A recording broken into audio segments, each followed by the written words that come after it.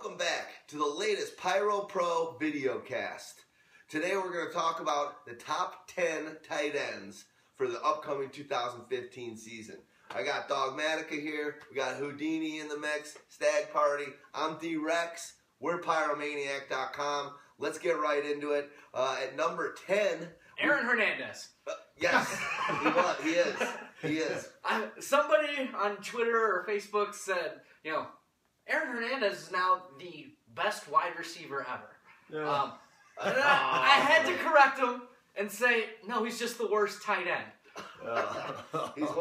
He's gone. He didn't think he was going, too, it looked like. All right, Antonio Gates is number 10. The old man does not seem to, every year we're like, okay, it's got to be done. And he always starts out pretty hot. He finished as the number 2 scoring tight end in standard formats last year. So, crazy. But yeah, 12 touchdowns helps that. That's the whole point. He was very much a touchdown-dependent tight end last year. You also look at the fact that he hasn't had a 1,000-yard receiving season in his last 4 years. This has been a trend that you're starting to see with him. Now you also have the rumors that Phillip Rivers is going to be gone. Oh. It just, you know... If Rivers is gone, this ranking is going to change significantly. Significantly. It depends on who actually ends up there or not, but whoever ends up there might Mariota's never thrown to a tight end in his life. I don't even know if he knows the position. That's true, but they could become tight end dependent. You know, knowing how dependable he is to catch that ball and move the chains, they might use him even more. You really have to wait and see. Well, but part of that also, too, is just the absolute chemistry that Rivers and Gates have together. If you take that away, you know, if he's gone, it's going to be hard for him to connect with anybody. True. Even an experienced quarterback. It's going to be a big question mark, just kind of a big change for, like, the first time in his career. I mean, why see it? It's almost like if Rivers does go to the Titans, it's almost like we'll put Delaney Walker here at 10. Could be. I personally have Delaney Walker, you know, right at 10 anyway. I think he's... You have him, or you like him? I do have him. You like some Delaney. I do like Delaney. The guy makes... I mean, he's not part of the top 10, so I'm going to talk about him for 1 second. But, I mean, he was top 5 in targets last year. He's one of only a handful of tight ends that have double-digit touchdowns over the last couple of years combined. He's been a lot better than people think. So, plus he had 200-yard games last year. How many other tight ends put up 100-yard games like that? Not many. Good point. Awesome stuff. Yeah. Let's go to number 9, and that's going to be Jordan Cameron. Switches from the Brown town down to Miami. Can we go back to Antonio Gates for 1 second? Because he just sit there, and the other day he's like, oh, I don't want to play as much this season. He retracted those comments. I know, he but clarified them. the fact that he went out and said... He did say it. True. He did say it. He went and said that, I don't really want to play a lot. Jordan Cameron is going to be playing a ton over there in Miami. And he's going to be getting a lot of play from Tannehill. Clay always did very well over there, and now that it's Jordan Cameron, who's even more athletic, more playmaking ability, I think that he's going to have himself a really nice year over there, if he stays healthy, of course. Well, health is always the biggest concern for him, but the best part about his move there is he is probably one of the more veteran receivers that they now have on that roster, because you jettisoned Mike Wallace, you don't no longer have Brian Hartline, so you're relying on a second-year guy in Jarvis Landry and a younger and up-and-comer in Kenny Stills, but both of those guys who have never had to shoulder any type of a load. Cameron, at least, was always, when he was on Cleveland, still the most talented receiver out of receiving player on that team. The one thing that could end up hurting him a bit is if, as the Dolphins do want to do, if they sign a veteran presence at that wide receiver spot, that guy could be getting a little more play, and you know, obviously, will be dependent on a little bit more than the young receiver. So. We'll see what happens there. Again, you know, it's really early. It's tough to make these exact predictions, but I think he's right around 9, as is. But what about his health issues? I mean, he's the kind of guy who just seems to be always banged up. Are you concerned about that at all for him? Yeah, of course you're concerned about it, but when he is healthy, he's definitely one of the more athletic and more promising tight ends in the entire league. So you kind of have to go with a steady medium on that, which puts him at 9. If he had no health concerns whatsoever, I'd be putting him higher. I mean, he's that athletic. He's really that good of a tight end. People should not underestimate his abilities just because of his injury past. Could you imagine if him and Tannehill become really good buddies on that team? Those two guys going out with their girlfriend and wives. Oh, my. Man, did those guys slaying some nice ass. Holy moly. All right, let's go on to number 8, Zach Ertz. The man. It hurts so good. It hurts so good. Obviously, he had a disappointing season last year, but He kind of started turning it on a little bit at the end, if I remember correctly. What's the reason for him being at 8 for us this year? Yeah, 15 catches for 115 yards turns me on a little bit. Yeah. So, as a prospective owner, hey, goodbye Jeremy Maclin. They keep saying they want him to be the man. They keep saying they want him involved. Chips in his corner. He's got a chip on his shoulder, I assume, too, after being, sort of an afterthought in the offense last season. Where was he drafted by that team? Is he Second round. Yeah. So they obviously put a lot in on him. So they want to realize that as a successful pick. But not only that, you look at it again. You mentioned that Macklin's gone. You're seeing the way that they're reformulating what this offense is going to look like next year, and you don't really have any of these major game breakers at the wide receiver position. So Zach Ertz and his ability to be able to exploit the middle of the field of defenses is going to play real large in what looks to be a more controlled, fast but ball-controlled offense for Chip Kelly this year, as opposed to the fast sling it and having the Deshaun Jacksons and the Jeremy Maclins to get you quick scores. Yep. Well, the problem there is that Selleck is returning, and he's the far better blocker. If they're switching a little bit back to a more of the run oriented and stuff like that, it's going to be a little bit more Selleck. Ertz is going to be a weekly boom or bust type of guy again. It's unfortunate because his boom potential is amazing, but he's going to put up some duds quite a bit. I think that's why we got him at 8. Yeah. There you No, go. that's a great way. That's a great way to look at it. When you're drafting your teams and looking to construct a team that works, it's always good to take some explosion guys. Always good to take some hit or miss guys. I personally like my tight end to be a bit more of a slow plotter, get me some points here or there, week in and week out, and not expect these enormous games. So maybe that's a good point. He's more of it's like, what's your flavor? But it also depends on what's your scoring system in your league. So if you have one of those ones that allows you to have tight ends, they score more multiples because, like in one league for me, they get PPR at an earlier state, or they get more points at PPR than a regular receiver does, or less yardage, right? Or they don't need as many yards in order to get to a certain level. So then having a guy like a Zach Ertz for those couple weeks, you want to have those weeks with the over 100 yards and the 10 catches and a touchdown. That potentially wins you a week. Now, referring to what on the flip side of what DRX was saying here. Some people would think the exact opposite, actually, because if you're not going to get yourself a Gronkowski or the Jimmy Grahams of the past or whatever, you're kind of guessing at the week that they're going to do something anyway. There's not a lot of guys out there who will get you 5-6 catches every single game, other than your Gronk or maybe Jimmy Graham or something. So getting that guy who can put you over the top that week because of what he did, that might be a good reason to go ahead that guy. Absolutely. Number 7, Kobe Fleener.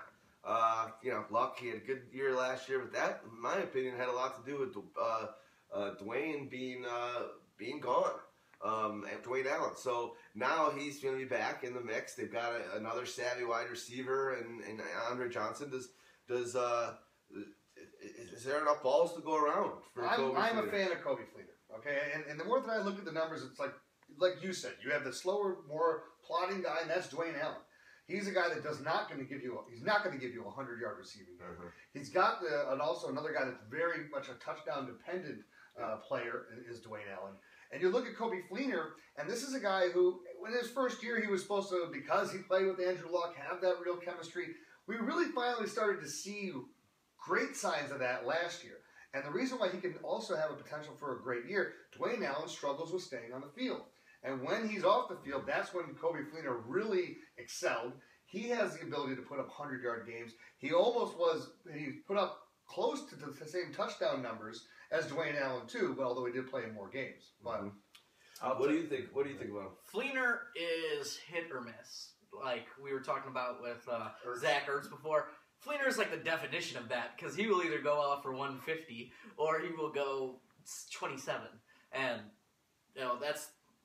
Some people like that, some people don't. And I'm kind of in the mindset to where I'm staying away from a Fleener this year. I'm going to move down my rankings a little bit more. Probably going to end up outside of my top 10. Right now you have him, I think, at 8. Right now I have him at either 12 or 13, and he's going to actually shoot down a little bit more the more I think about it. The reason why he had those big games last year is twofold.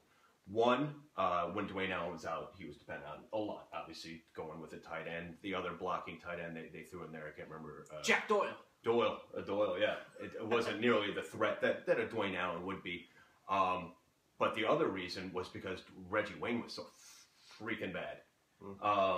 Now they're not going to have Wayne there anymore. They're going to have Andre Johnson, who isn't, granted, he's not a touchdown guy, but he's not on a steep decline the way that Wayne was. Yeah. So Fleener, even, let's say Dwayne Allen does get injured, they still won't use Fleener as much because they have Andre Johnson to depend on.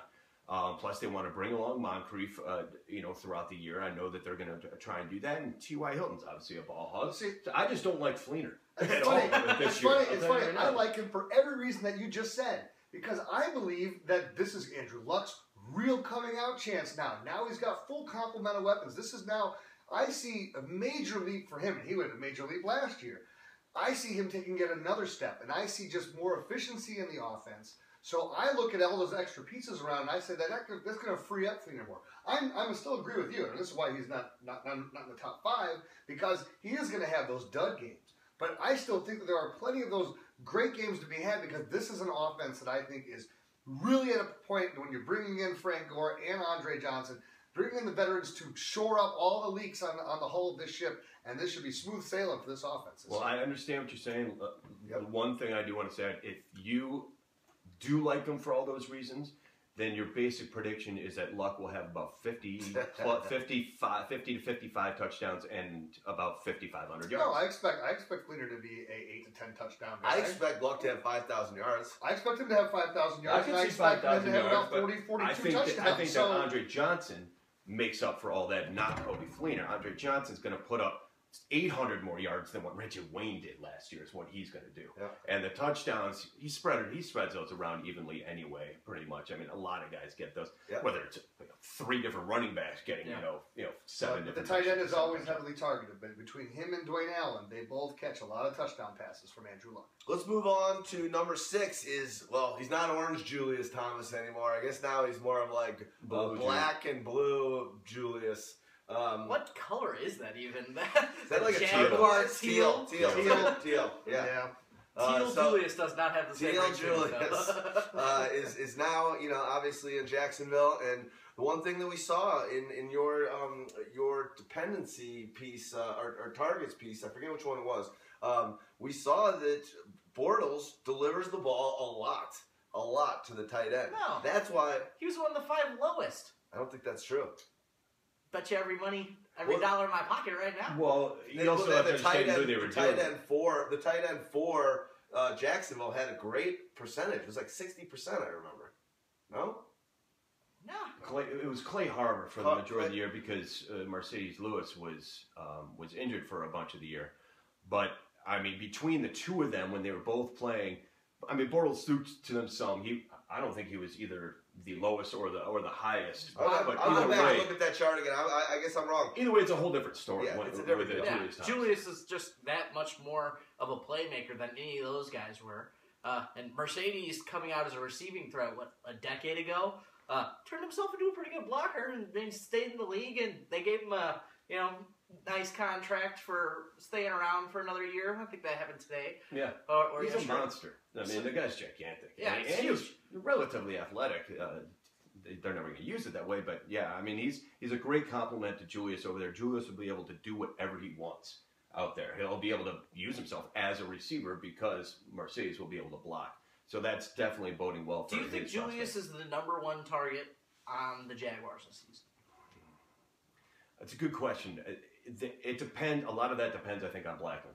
If Blackman comes back, I think Blackman eventually demands all the targets. And that's what's going to happen. If Blackman, I mean, he hasn't even been reinstated yet. I don't even think he's applied for reinstatement yet. I believe he will eventually come back this coming season, but a lot of it depends on that because I don't think it'll be Allen Robinson or Marquise Lee or... That's the whole thing. It's all young players Hurts, there, right? And the problem I think that Thomas is going to find is that he was not the main piece with Peyton Manning. Mm-hmm. Scored 24 touchdowns in the last 2 years. Yep. Blake Bortles, what did he throw, 12 or 14 touchdowns last year? Yes. So immediately, even if he's going to be considering himself a wide receiver, this is why his potential goes down. This is why this is where he's ranked where he is right now. Because he does have a ton of talent, but you're going to a team where he might be putting on, or they might put on a lot more expectations on him than he's ever had to deal with. Yeah. And it's a lot easier to put up those numbers when it is Peyton Manning and you have Demaryius Thomas and Emmanuel Sanders on either side of you. I think he's going to have a rude awakening. This is one of those ones where you chase the money and then all of a sudden you go, woo, it was it isn't easy in the NFL anymore. Yeah. No Manning around anymore. Demaryius to take the pressure off. All right, let's go to number 5, and that is the Black Unicorn, Martellus Bennett. Obviously, he's now that with Marshall gone, he's going to get a lot more uptick. I mean, we think people are talking about the Bears maybe going wide receiver in the draft, but right now Martellus and Alshon, besides Forte, are going to garner all the targets. So I really like the guy heading into this season. I think he's going to have just as good, if not a better season this year than he did last year. And he was great last year. I would agree. I mean, even if they do go wide receiver in the draft, they're also switching back to a different system. It's not going to be the Trestman high-powered, spread it around, type of system. They're going to use the tight end a lot more in this one. He's definitely, I don't want to say he's off the charts, but he's positioned perfectly at 5 there. I can't put him much higher. I don't know if I'd put him over these next guys coming up. I wouldn't put him under any of the other guys either. He's perfect at 5. Yeah, well, and you talk about like the system. This is Adam Gase's system. Yeah. And this is the system that gave Julius Thomas 24 touchdowns over the last 2 seasons. Exactly. There you go. That's awesome. I mean, he's got a chance for touchdowns. That's for sure. But his other numbers were just so far, career year, so far off the charts that he's going to have a tough time, replicating. I think he got something like 127 targets last year. And his previous career high was 97. So that's a 30 target uptick. So if it's not going to be the chucking around as much anymore, I think tempering expectations a little bit with Martellus is a good idea. Because he set career highs in every statistical category, except for touchdowns maybe. He might have tied that. So I'm a little bit concerned. He's not a guy I'm going to be drafting. Well, I know of a guy that you are going to be drafting. Yeah. He's the next guy on our list. He's number 4. He's your favorite guy. My favorite guy in the whole world is Travis Kelce. I'm telling you right now, I haven't done it on my tiers yet. I'm going to put Travis Kelce at number 2. By himself in tier 2. How does that fathead you have of him look over your bed when you sleep at night? I mean, I wake up hard every morning. So. Oh, good God! I think that was on the don'ts list of the video. I'm wondering how you got that outside of his uniform. That's disturbing. That's good. I know they made. Did you guys hear the story about LeBron? Quickly, I'll just do a side note. Like LeBron has caught people recently, like some reporters, taking nude pictures of him with their cell phones. Like the reporters in the locker room are like taking shots of them with their phones, and he saw someone do it. He's like, "What are you doing?" It's like, "I'm nude, dude. Why are you taking pictures of me right now?" So sometime down the road, when his career's over, somebody's gonna blackmail him, and something weird's gonna happen. Could you imagine? I'd beat the crap out of someone if they were taking pictures of me nude. If you're a reporter doing that, make sure you have the flash off. Yeah, right. Exactly. All right, let's go to Kelce. What's things I like? Yards per target had, pretty much the highest ratio among tight ends with over 40, targets. And then catch percentage is through the roof, 77%, caught all his passes. No Fasano, so they trust him. Alex Smith can't throw to the wide receivers because it's too far for his arm, apparently. I just don't see, I haven't yet to see, something against a Kelce, an argument against him that I dislike. So, dog, give it to me. You're not going to get an argument from me. He was my favorite player in the world 3 years ago. Before he even got a chance to play, he was my favorite player. Last year, they didn't even open him up. I mean, they barely used him. They talked about an injury that they were hiding. Yeah. What did you kind of hear about that? It was an off-season injury, and they had to scale him back for the first 6 weeks of the season, partly because of that. Probably because they didn't want to open the playbook all that much up to him because it was his first real year on the gridiron. But he's over it. There's nothing wrong with him anymore. They're going to put it all out on the line for him. Let him do anything and everything he can. And I mean, I agree with you. Don't you think number 2 for me that having Macklin there is going to really help him because it's kind of going to force a safety to have to pay attention and it'll potentially open up more of the middle of the field for Kelce. Absolutely. Don't get me wrong. I actually still like Dwayne Bowe. I don't think Dwayne Bowe is going to have a terrible season this year. He's going to be the #1 over in Cleveland. But he's not the same type of receiver as a Macklin. Yeah. Macklin will be able to open the door in the back there, and Kelsey will be having that whole middle of the field to himself. His athleticism is considering little Gronk, mini Gronk, right? considering they call him it's Gronk-esque. He's a big dude who can run really well, and he can run you over, and he's got a mean streak to him when he wants to. He's really got everything going. He led all tight ends in yards after the catch, and just crazy. He likes jumping up for the ball. He likes jumping over people. Like he's just a madman. He's an athlete. Yeah, he's sweet. Zeus. There you go. That's another one of his nicknames. So good stuff. Kelsey is high on the Pyro list for sure. Number 3. I mean, let's talk about where we can get him. I think in our 10-team mock draft and our draft kit, which is now available for sale. Stags is doing a Pyro promo. I like it. You can buy it through our website over there at pyromaniac.com. But in our mock draft, 10-team, I think I got him on the 3-4 turnaround, and right at the fourth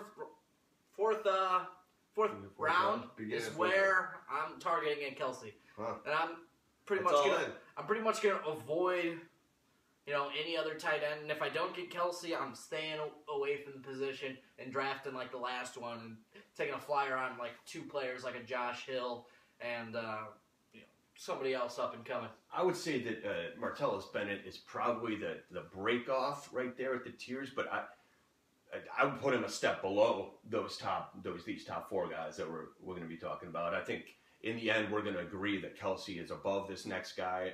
Right now, I would have it 4 is fine.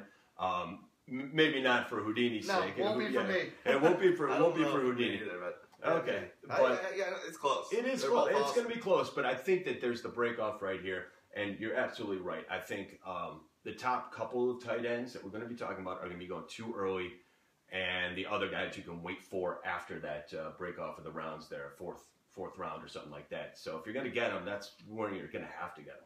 Let's quickly go to the next guy you were referring to, and that's Greg Olsen. Houdini's our big Greg Olsen guy here. Give me some things you like and anything that maybe concerns you. Well, the things that you always like. He plays every game. Yep. He gets over 100 targets every year, and not just over 100. He's now pushing to 130, 140 targets. Awesome. This is huge for a tight end. He is an active player in the red zone. So, Daisy, we'll take our video off the rails a little bit. It's all good. Keep going. But the fact remains, dog in the mix. When you look at what the Panthers do as an offense, Cam Newton is still running the ball, but he's not running the ball like he was in his first 2 seasons in the NFL. Not even becoming close, much more of trying to become a real pocket passer and do all these things. You added a guy in Kelvin Benjamin, so you're giving him a little bit of help on the outside there, but Benjamin's not like the major game breaker or anything anyway. So the guy that really tends to have the best matchup nightmares for defenses for Carolina is Greg Olsen. Yeah. And Ron Rivera knows that, and then he knows from when they got him from Chicago, and they've basically, since they've gotten him there, showed the Bears, here's how you should have been using him all along. As he's a talent that is one of these weird type of receiving tight ends. Yep. Well, I do have something to say about that. Yep. First of all, last year he put up almost career year numbers across the board.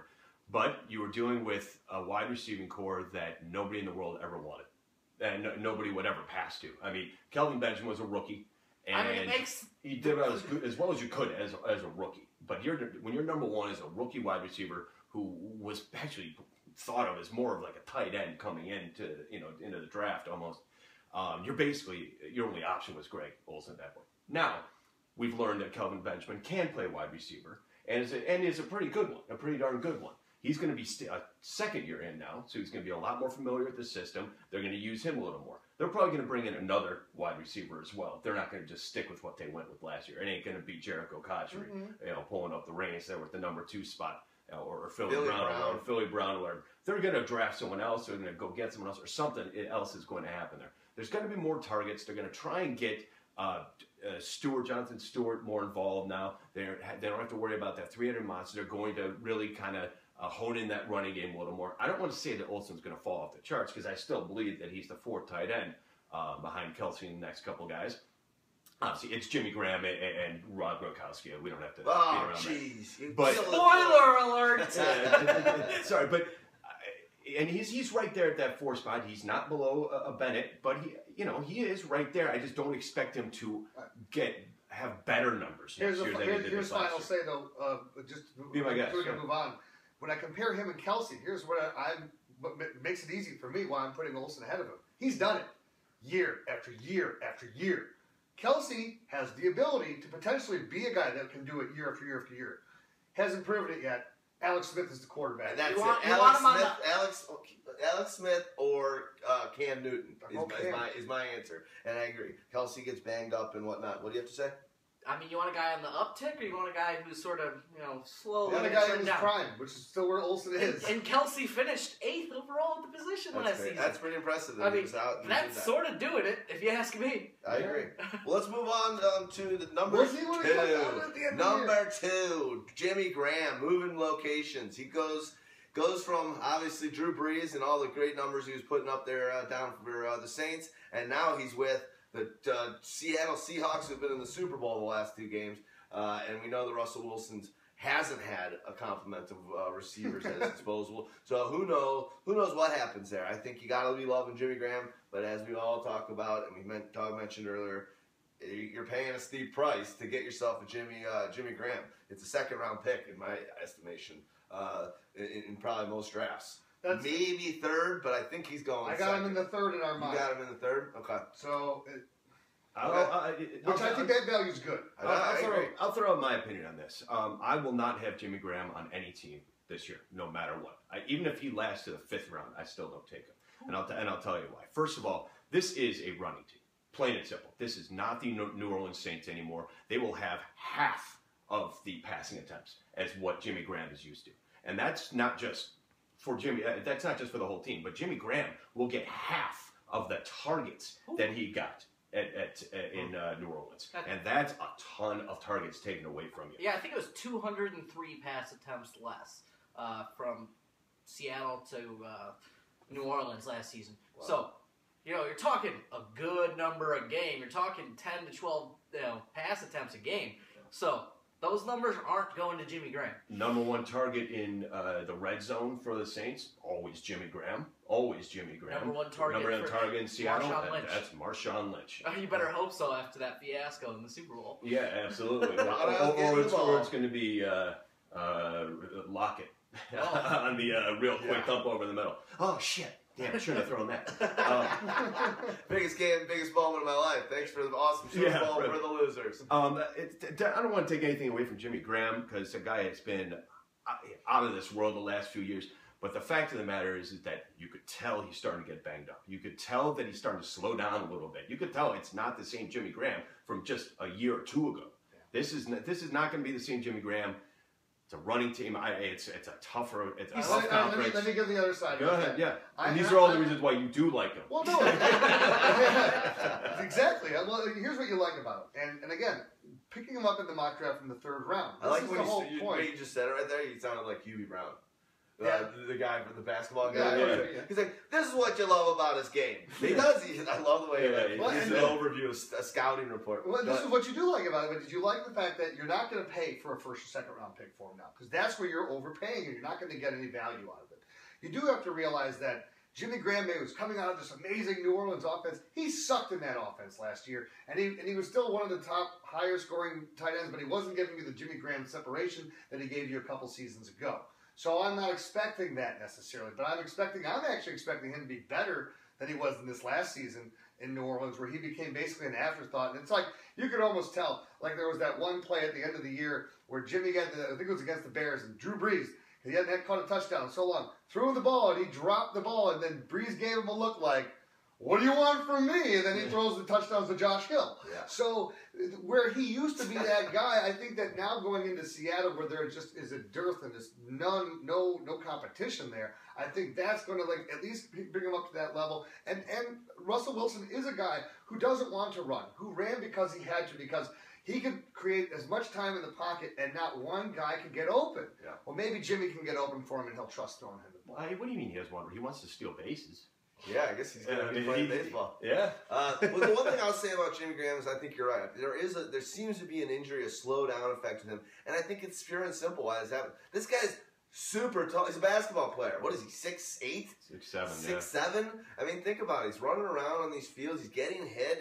He was a basketball player, you know. He's been playing in this sport for... The knees start to go a little Yeah, bit. if you're taller, it's ask Yao Ming, you know. It's a harder deal to be playing these sports with the taller you are. So, it probably won't have him on any of my teams just because last year during those stinker moments, I went high on him in a couple drafts last year. And you're watching him even when he was back from his little injuries and was healthy. He's not on the field, and you're sitting there like losing your mind, literally like quarters, Yeah, drives. he wasn't you're like, playing. where is Jimmy? Why is he not lined up? And I can't live with it. It took a year off my life, so I'm moving on. Players that take years off my life, I have to break up. Well, last question I just want to say for you. What do you think of the fact that now he has the rejuvenation factor of having to prove it in a new place and getting to play with Pete Carroll, which has got to be like a great for a player's coach? I definitely like that a lot for him and the effort that he'll put. I think the team, as we know, the Saints, were heading in the wrong direction. I think this new scenery and being a part of something that could be special, they could be back in the Super Bowl for sure next year again,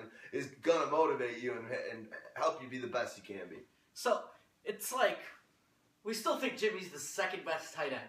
Right. And, you know, we're all pretty much in agreement. I'm Travis Kelce. Yeah, I'm on the He's fence. second or third in the area. I'll give you that.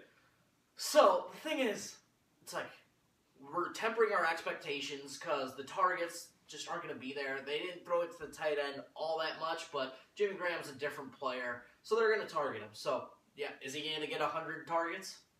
Probably. Yeah, probably right at 100, yeah. Yeah, and then he'll probably get like 75 catches. Maybe. I think that's a little high. Maybe. That's probably I think he's going to catch a lot, and do you think his yards per catch numbers were way down last season? So is that going to rebound to... I think his yards per catch could go up just for the simple fact that Russell Wilson's a guy that can extend the play in the pocket longer than Drew Brees could. And now with that big target coming across the field when you get open, he's probably going to be the first person that Russell Wilson's going to lock in on. Double-digit touchdowns? No, not for me. I think it's going to be from 8 to or 12. 9. I think 8 to 12 in that range. 12 at the very high end, but I'd probably figure more 8. This is assuming that the Seattle defensive line doesn't kick the crap out of him during the summer. You know, I mean, he's going to have a red shirt on him the entire time. Yeah, we'll see how much we saw how much that matters to Seattle at the end of the Super Bowl. Yeah, they don't really give a shit about rules. Well, let's go to the number one, Gronk. Rob Gronkowski, healthy all last year. They win the Super Bowl. Gronk's probably, besides Brady, the most invaluable utility, offensive weapon. One of them in the league. He's just a beast. He's he doesn't have the consistent as hell. Hernandez weapon He has anymore. huge games. He does it all. So, well, what's a reason not to like Gronk? I mean, I can't give you one. It's banged up in his injury woes, but Injury, right now he's healthy. injury, semi-risk. That's not what you talk about when you talk about Gronk. We all know that he's better than any tight end in the entire league, no, hands down. Not talking talent-wise, I'm talking fantasy-wise. No doubt he's better than any other tight end. The question is, where do you take him in the draft? Yeah. Where's his worth at?